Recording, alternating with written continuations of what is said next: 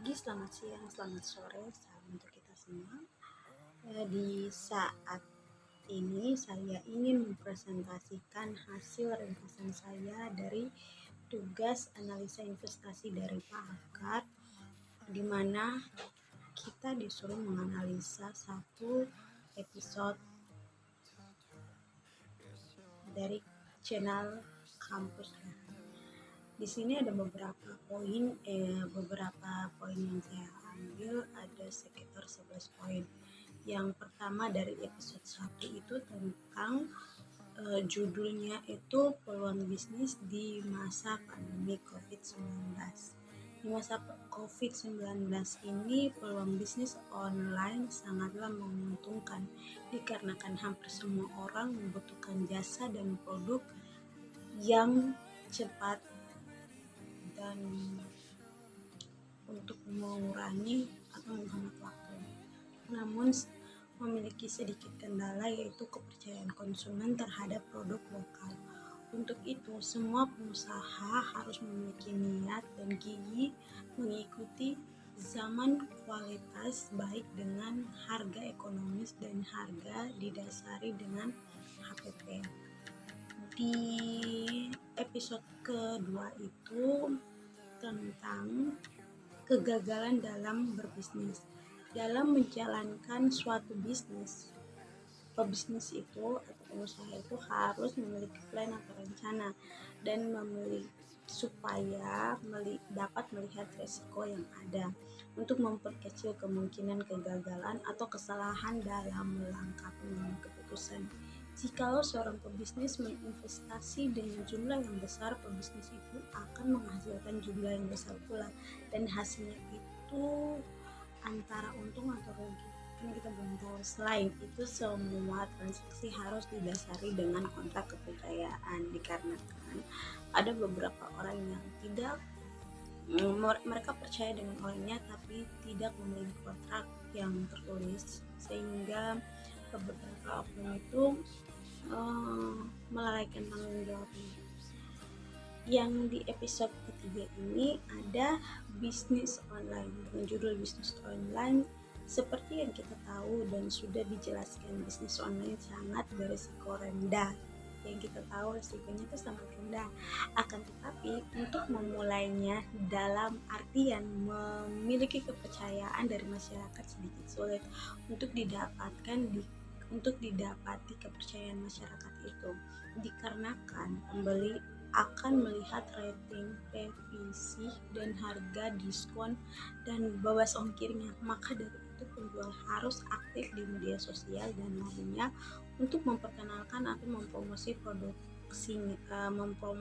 produknya, karena pemulaiannya itu bisa dimulai dari keluarganya kita atau temannya kita, sehingga ke tetangga-tetangganya mereka, dan memperluas pemasarannya. Di episode keempat ini berjudul tentang pinjaman online. Di masa pandemik ini bukan hanya bisnis online saja, tetapi ada pinjaman online juga yang memiliki peluang yang baik, dikarenakan pinjaman online sangat membantu mempercepat waktu, dan surat-suratnya itu tidak ribet gitu. Dari surat, misalnya mereka hanya membutuhkan KTP, mungkin kartu keluarga atau jaminan yang lain sebagainya, tapi nggak ribet seperti kita membuat pinjaman di tempat lain gitu. Perlu dilihat bahwa pinjaman online ini telah terdaftar di OJK dan dapat dipertanggungjawabkan, dikarenakan ada beberapa aplikasi pinjaman online yang belum terdaftar di OJK. Jadi lihat dulu dia sudah terdaftar di OJK atau belum, dan dapat dipertanggungjawabkan atau belum. Soalnya ada beberapa situs aplikasi pinjaman yang belum terdaftar di OJK itu bisa dibilang. Selanjutnya di episode kelima ada manajemen keuangan di masa pandemi. Manajemen keuangan di masa pandemi ini yang seperti kita tahu, pemasukannya sedikit, pengeluarannya banyak. Kenapa pemasukannya sedikit? Dikarenakan pandemi yang mau meminimalisir pekerjaan kita, sehingga produktivitasnya itu penghasilannya kita itu diketat semua, di punya kecil. Selama masa pandemi ini kita semua kesulitan untuk mengatur uang. Maka dari itu kita sebagai seorang pebisnis harus betul-betul mempres pengeluaran dalam artian hidup sehat. Katanya mengisi waktu kosong dengan kegiatan yang dapat menghasilkan produktivitas. Karena mengapa dibilang gitu? Dalam artian kita membuat suatu kegiatan yang dapat memberikan suatu pemasukan kita, dikarenakan masa pandemi ini yang memperkecil semua jaringan atau pekerjaan yang kita dapat miliki gitu. Di episode ke-9 tentang kewirausahaan dalam kondisi PPKM. Untuk seorang pebisnis membuka usahanya itu terdapat 4 hal yang harus diperhatikan, yaitu pengalaman, pendidikan, jaringan, dan yang satu, nasib. Itu sangat tidak bisa dipungkiri. Dari pengalaman kita dapat belajar, begitu pula dengan pendidikan. Namun terkadang lebih banyak pelajaran yang kita dapat dibandingkan pengalaman. Jaringan atau relasi sangat penting untuk membentuk rasa kepercayaan dan pekerjaan serta keulatan kita. Itu yang harus kita tanamkan sebagai seorang pengusaha. Selepas dari kita telah memberikan kepercayaan, keulatan, pendidikan, pengalaman, itu kita akan memberi 100% dari kemampuan kita. Kalau misalnya hanya ada beberapa, kayak ada pengalaman itu dari pendidikan, terkadang itu hasilnya belum maksimal. Di episode ke-11 mahasiswa pejuang bisnis part 1, ini dari Kak Ian. Dari Kak Ian.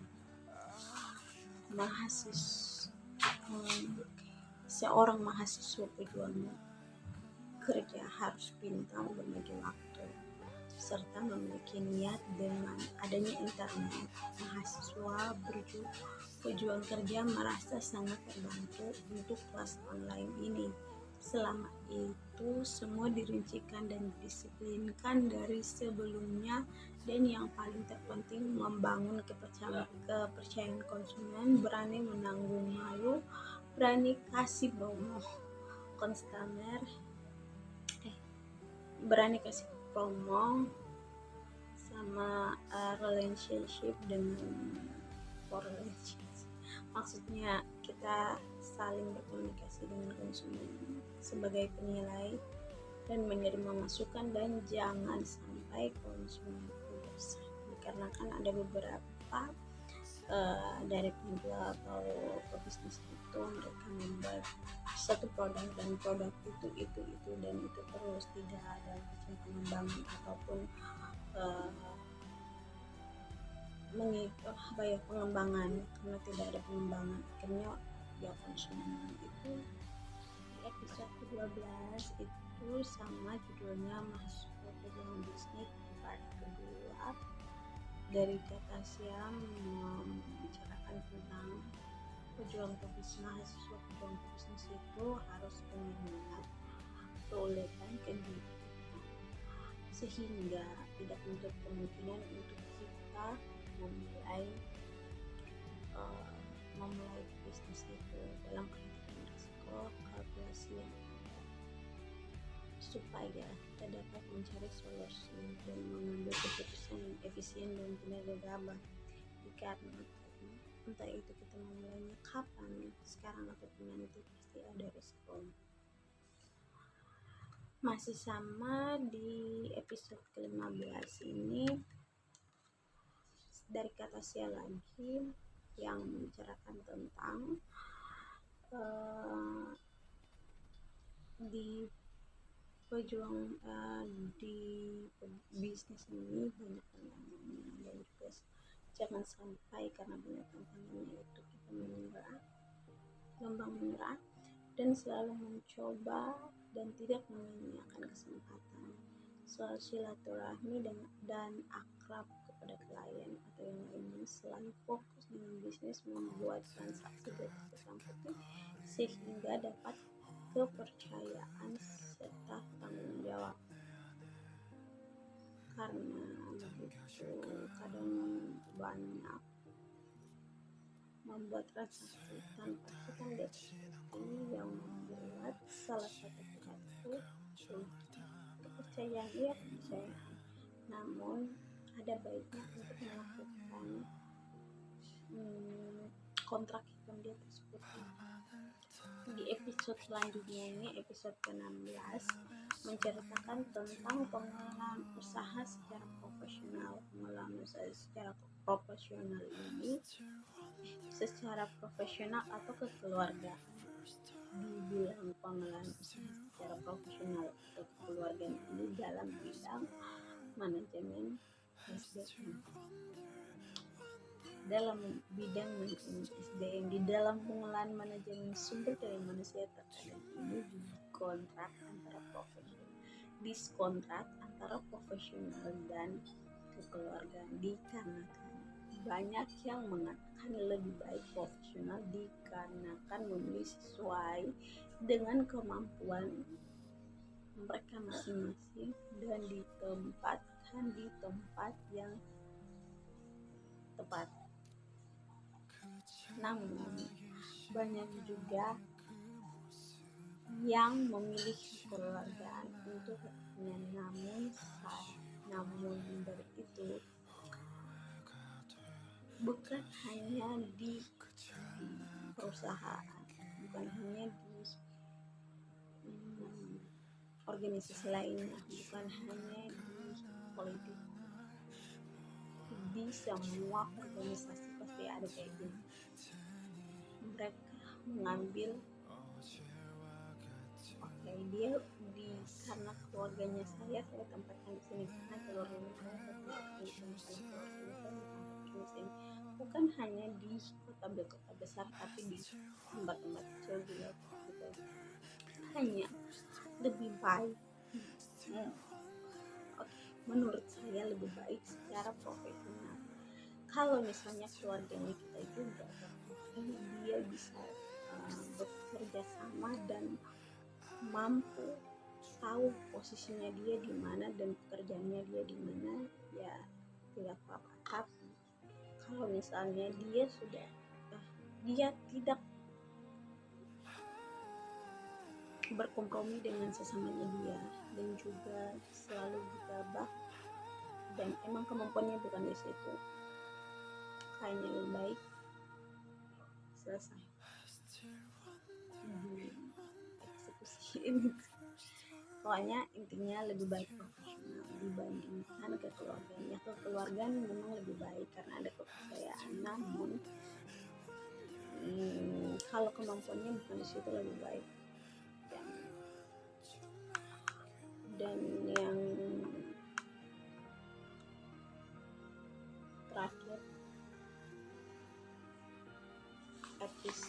terakhir episode 13 menceritakan tentang teori investasi saham. Dijelaskan teori investasi saham. Secara teori investasi saham di perusahaan itu dibagi menjadi dua yang paling besar. Yang pertama itu penjualan atau pembelian saham, yang kedua itu penjualan atau pembelian portofolio.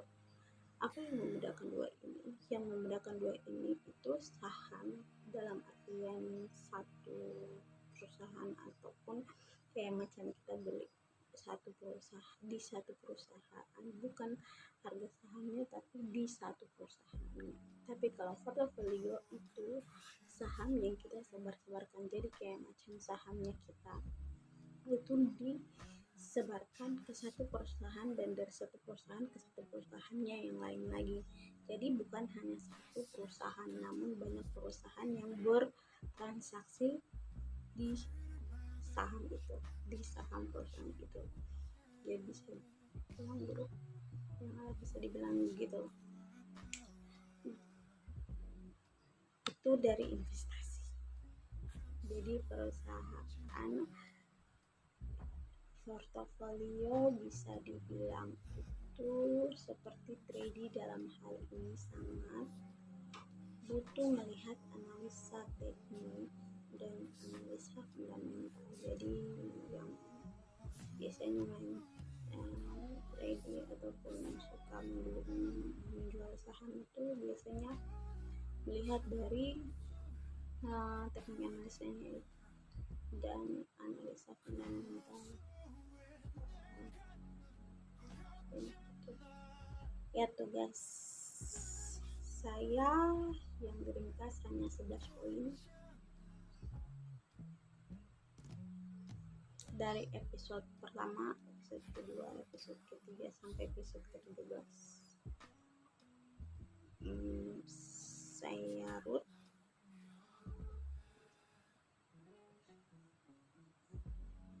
dari akuntansi G.